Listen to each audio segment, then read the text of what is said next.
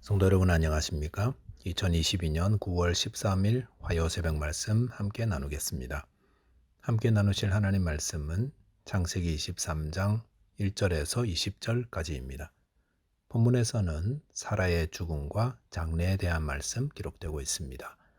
본문을 통해 성도는 나그네의 삶을 두려움으로 살아야 한다는 것과 하나님은 약속하신 바를 반드시 이루심을 확신하며 믿음으로 살아야 함에 대해 묵상하겠습니다. 첫째로 묵상할 내용은 성도는 나그네의 삶을 두려움으로 살아야 한다라는 것입니다. 본문 1절에 보시면 사라가 127세를 살았으니 이것이 곧 사라가 누린 햇수라라고 하였습니다. 아브라함의 아내 사라가 죽음을 맞이하게 되었습니다. 사라는 나이 65세에 남편 아브라함을 따라 가나안 땅으로 와서 62년의 삶을 살았습니다. 그리고 하나님께 사라라는 이름을 받아 나이 90세에 하나님의 약속하신 언약의 자녀인 이삭을 낳았습니다. 그리하여 사라는 하나님이 주신 이름대로 열국의 어머니가 되었고 127세에 죽어 가나안 땅에 묻히게 되었습니다. 사라의 죽음을 통해 우리에게 얻게 되는 중요한 교훈이 있습니다. 그것은 모든 사람은 죽게 된다라는 것입니다. 열국의 어머니인 사라도 죽고 이후에 아브라함도 죽고 사라의 아들 이삭도 죽고 그리고 저도 여러분도 다 죽어 이 땅에 묻히거나 화장되어야 할 것입니다. 사람들은 다 죽는다는 사실을 모르는 사람이 없습니다. 그런데 우리는 마치 남들은 다 죽어도 자신은 죽지 않을 것처럼 죽음을 남의 일로 이야기합니다. 그러나 죽음은 결코 남의 일이 아닙니다. 사라처럼 127세를 살다가 죽을 수도 있지만 그 전에 사고로 죽을 수도 있고 질병으로 죽을 수도 있습니다. 이런 말씀을 드리면 어떤 분들은 그래 다 죽는 거니까 어떻게 하면 조금이라도 더 건강하게 오래 살까? 이렇게 생각하는 분들도 계시는데 성경은 뭐라고 하십니까? 성경 히브리서 9장 27절에 보시면 한 번 죽는 것은 사람에게 정해진 것이요 그 후에는 심판이 있으리니 라고 하였습니다. 여기 보시면 죽음을 이야기하면서 어떻게 하면 오래 사나 이것을 말하지 않고 성경은 죽음 후에 심판이 있다고 알려주십니다. 성도 여러분, 모든 사람은 다 죽습니다. 그런데 죽음 후에는 심판이 있습니다. 이것을 생각하면 정신이 번쩍 들지 않습니까? 죽음이 다가올수록 우리가 생각해야 하는 것은 심판의 자리입니다.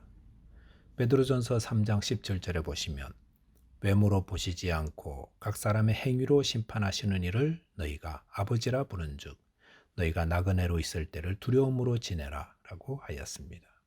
여기 보시면 성도의 삶을 나그네의 삶이라 하였습니다. 그 말은 우리가 이 땅에서 영원히 거하는 곳이 아니라 왔다 가는 곳이다 라는 것을 알려주십니다.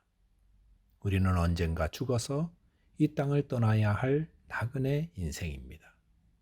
그것은 믿지 않는 세상 사람들도 다 아는 것입니다. 그런데 거기까지입니다. 인생은 나그네 길, 노래도 부르는데 딱 거기까지입니다. 그 다음은 없습니다. 그런데 하나님 말씀인 성경은 그 다음을 알려주시지 않습니까? 너희가 나그네로 있을 때를 두려움으로 지내라. 왜요? 사람이 죽은 후에는 심판이 있기 때문입니다. 성도 여러분, 우리는 언젠가 이 땅을 떠나야 할 나그네들입니다. 그러므로 주님이 우리를 불러 가시기까지 이 땅에 사는 동안 두려움으로 지내야 합니다.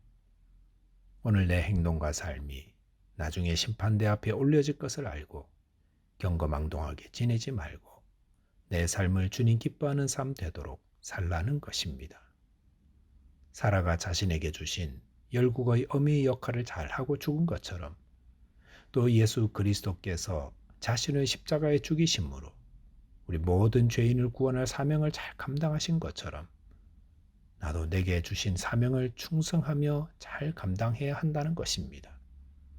저와 여러분께서 주님이 부르시는 날까지 내게 맡겨진 사명을 잘 감당하며 하나님께 영광 돌리는 자 되시기 바라겠습니다. 둘째로 묵상할 내용은 하나님의 신실하심을 확신하며 믿음으로 살아야 한다라는 것입니다. 본문 2절에 보시면 사라가 가나안 땅 헤브론 곧 기랏 아르바에서 죽음에 아브라함이 들어가서 사라를 위하여 슬퍼하며 애통하다가 라고 하였습니다. 사라가 죽었을 때 아브라함은 사라를 위하여 슬퍼하며 애통하였습니다. 그것은 한평생 함께했던 배우자와의 이별로 인한 지극히 당연한 슬픔이라 할 수 있습니다. 성도는 부활의 신앙을 가지고 있기 때문에 죽음 앞에서 기뻐해야 하는 것이 아닙니다. 왜냐하면 사랑하는 배우자의 죽음 앞에서 슬퍼하는 것은 육신을 가지고 있는 자로서 당연한 모습이기 때문입니다. 예수님도 사랑하는 나사로의 죽음 앞에서 눈물을 흘리지 않았습니까?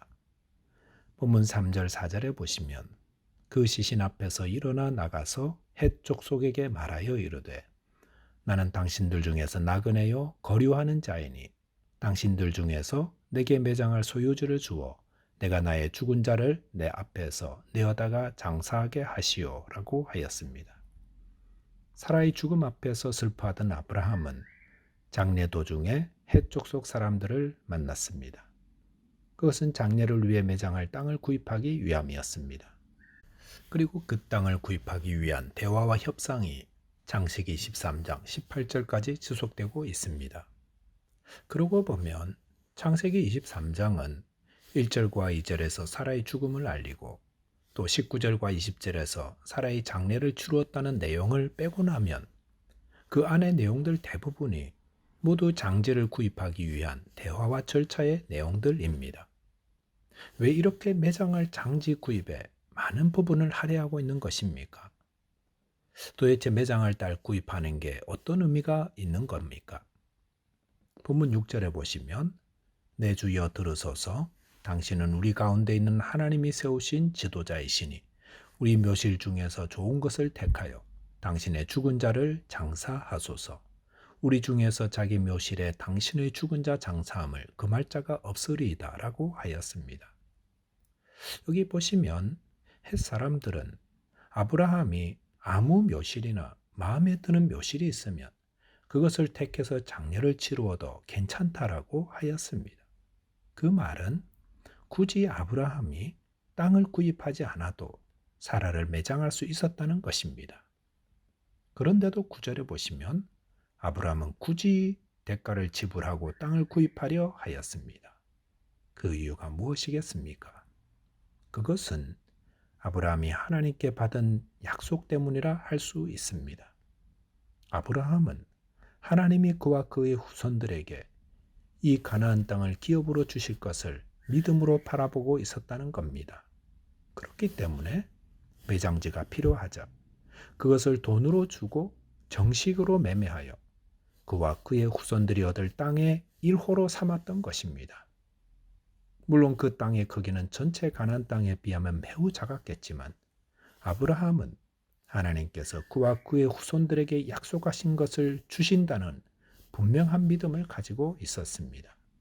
그렇기 때문에 비록 눈에 보이는 것 아무것도 없고 손에 얻은 것 아무것도 없지만 그는 하나님의 약속하신 말씀은 분명히 이루어진다는 믿음을 가지고 헷족 속의 땅을 구입하였던 것입니다. 우리가 하나님을 믿고 섬길 때 이 아브라함의 믿음이 있어야 합니다. 하나님의 자녀들이 이 땅에서 손에 잡은 것 아무것도 없고 보이는 것 하나도 없지만 하나님은 약속하신 바를 반드시 이루시는 신실한 분이심을 믿고 오늘도 내 삶을 믿음으로 꾸려나가는 것입니다. 말씀을 정리하겠습니다. 성도는 천국의 소망을 가지고 이 땅에서의 나그네의 삶을 두려움으로 살아야 합니다. 또한 하나님은 약속하신 바를 이루시는 신실한 분이심을 확신하며 믿음으로 살아야 할 것입니다. 기도하겠습니다. 하나님 아버지, 저희 모두 이 땅에서 주님이 허락하신 생명의 삶을 사는 동안 맡겨진 사명에 충성하게 하여 주옵소서. 또한 하나님의 약속하신 말씀이 그대로 성취됨을 확신하며 오늘도 믿음으로 살아 승리하게 하여 주옵소서. 예수 그리스도 이름으로 기도하옵나이다. 아멘. 오늘도 믿음 안에서 승리하는 하루 되시기 바라겠습니다. 감사합니다.